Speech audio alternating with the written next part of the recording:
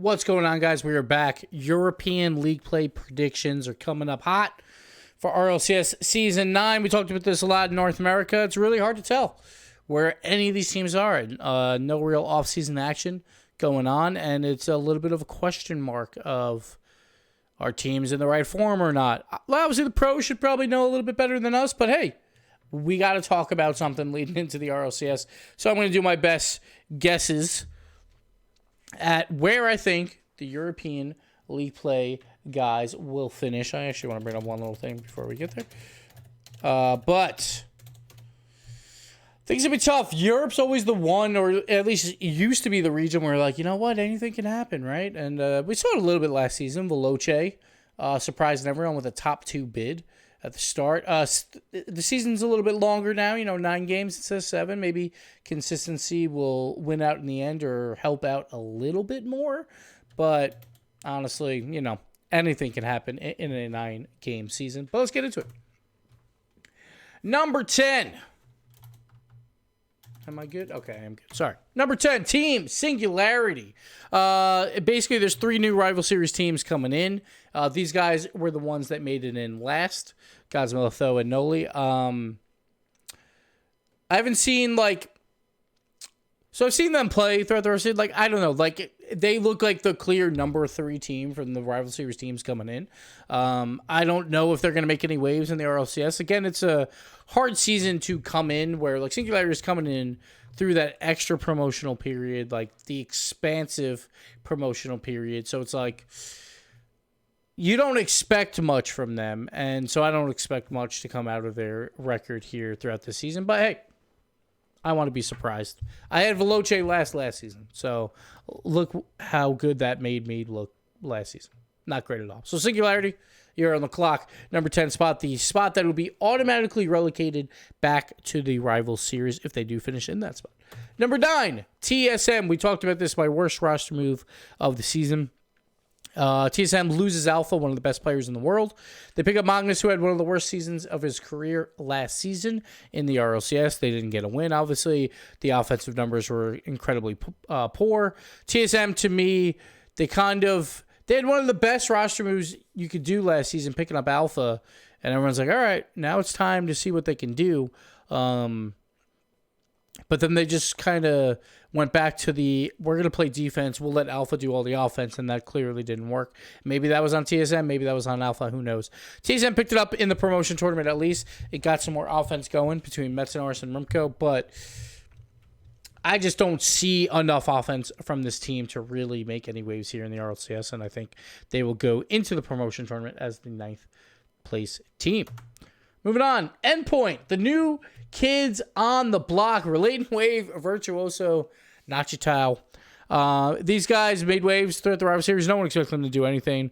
Put up incredible offensive numbers, and the best part about this team was that they had the best offense in the league, and it wasn't just 2 of the players. Sometimes that happens where it's 1 or 2 of the players. So it's all right, as long as we shut down X, Y, and Z, we're fine.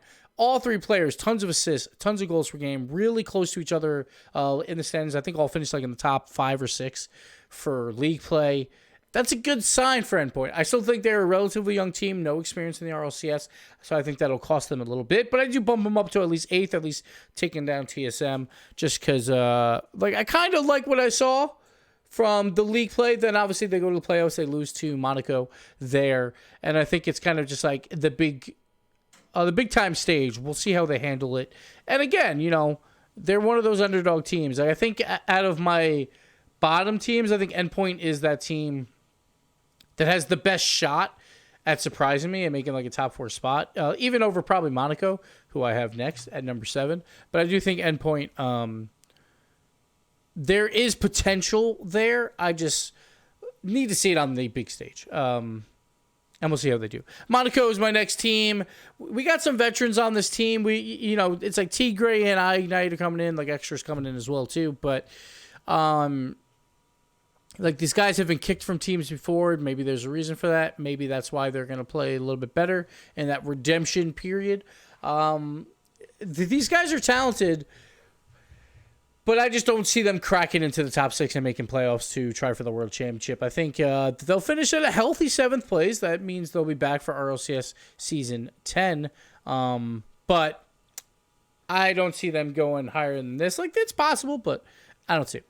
So Monaco, not much to say yet. Like I kind of want to see these rival series guys on the field versus Rlcs talent before I really have answers for these guys. But right now, it's like I need to see that.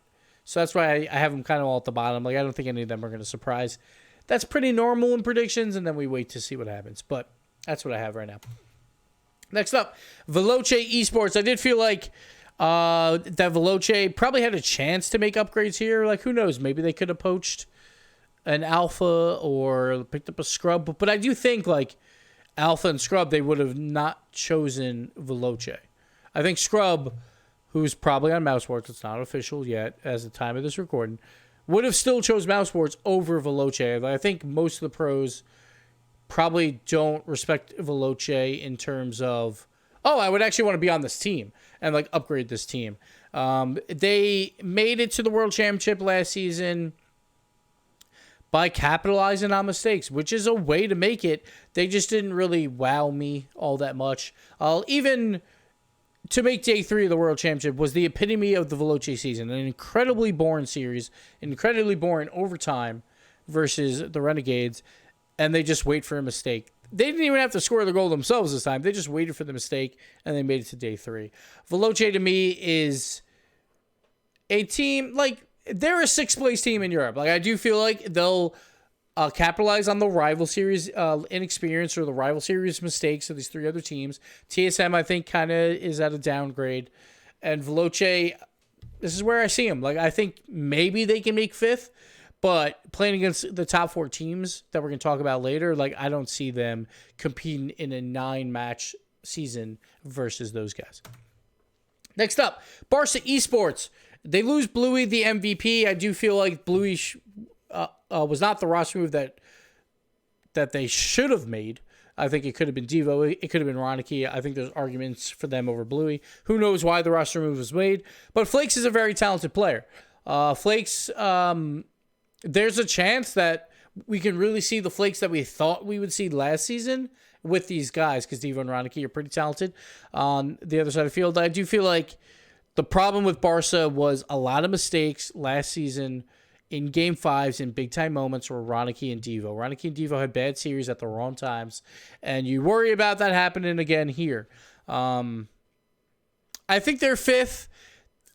The one benefit for Veloce over Barca is that Veloce plays Barca, I believe, in week 1, which is a big game for Barca. They just picked up Flakes then. Will there be chemistry issues? Will there be chances for Veloce to capitalize? And I think that's possible, but I do think Barca, by the end of the season, is going to have more potential than Veloce, and I think they can kind of take some series off some of these better teams. Maybe flukes here or there, but I do think they will catch up back to Veloce at some point because of that. So I have Barca at number 5. Now, here's my bottom 6. And I am very confident, which it doesn't mean much, but I am very confident that this will be the bottom 6 in some order. The top 4, I really do think they are much better than these bottom 6. So I just want to say that right now. I think the top 4 could probably go in any which way, but I do think we know who our World Championship teams are from Europe. But again, we've been wrong before. I know, shocking, it happens.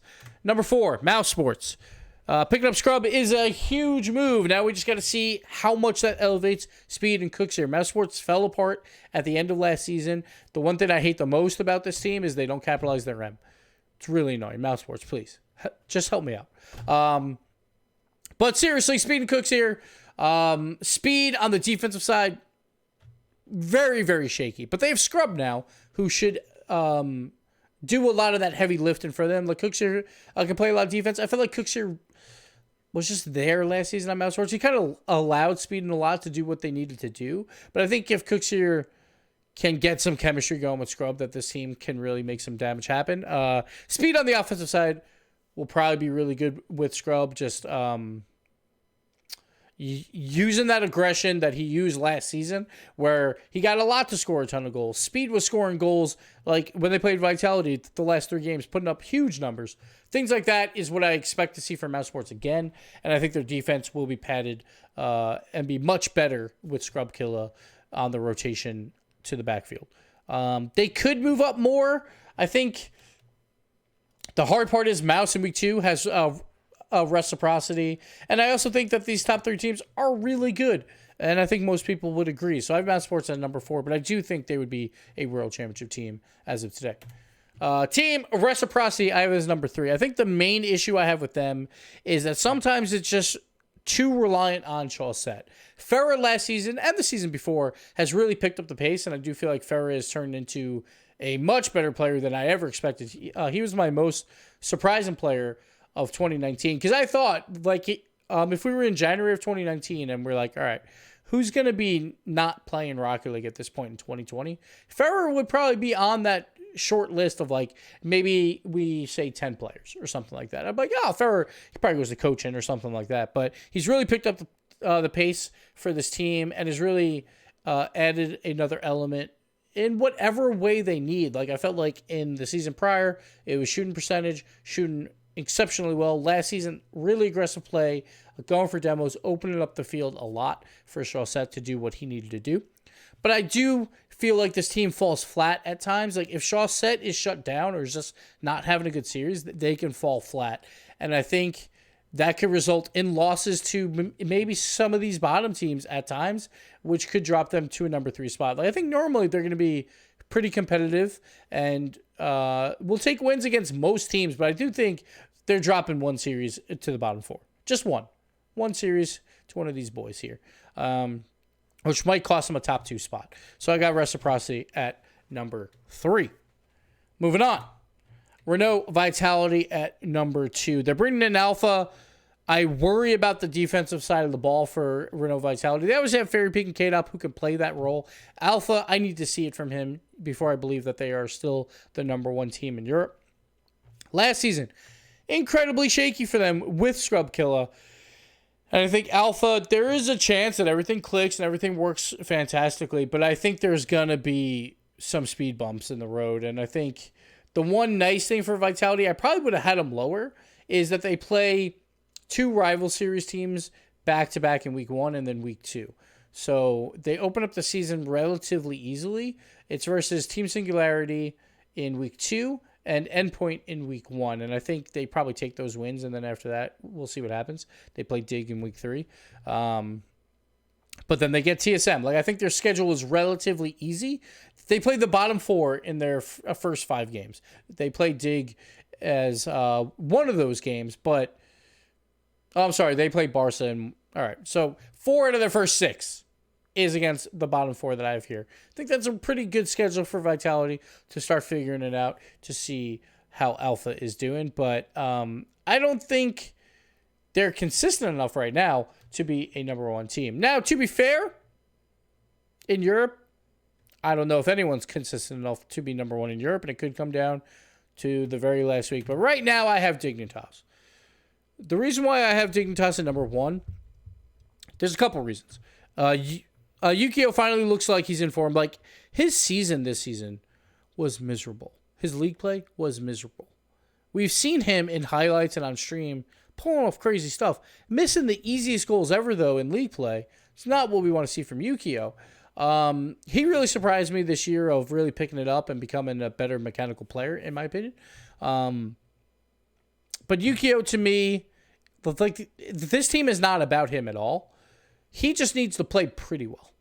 It's Astral, who I think is that player that we've been looking for to really elevate his game and become that next great player for Europe. I think this might be that season.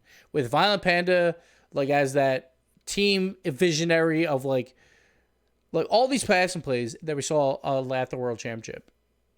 Like, if we didn't have player names on these guys for Dignitas, you would think it's the old Dignitas. And I think a lot of that comes from Violent Panda, who really has shown throughout many seasons of the Rlcs. He's not, like, super mechanical. at least when he gets the ball. He looks for the passing plays. He looks for his teammates. He looks for those positional plays. And it looked like all three members of Dignitas were doing that so well at the World Championship. And then I just think that extra icing on the cake with Astral, with the mechanical play from him, with Yukio getting there as well again, that this team has a really good shot at coming in at number 1 for the European League play. But once again, I do think that the top 4 are well above the bottom 6, and I think any of these top 4 could make a run at that number 1 spot.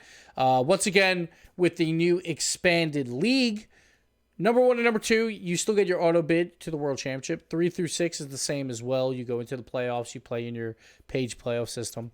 Number 7 is a spot for Monaco where they would just do nothing. They basically are just into RLCS Season 10, but they don't play for a World Championship spot. Number 8 and 9 go to the promotion tournament, Endpoint and TSM.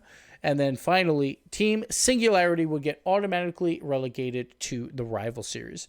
But this is what I got. Let me know what you think of my predictions. Mark yours down as well in the YouTube comments so we can hold you to them. And you could screenshot them at the end of the season when you're right, because you actually made 10 alt accounts and made 10 different standings. But hey, I won't know the difference. So go ahead. Make 10 alt accounts. Make sure ad block is off. Make sure you subscribe on YouTube. And then make your comments. All right. That's it for European League play. It starts this Sunday. It's coming up really, really soon. I'm really excited. I can't wait to see the action, and I hope you guys are too. I'll see you on the desk later.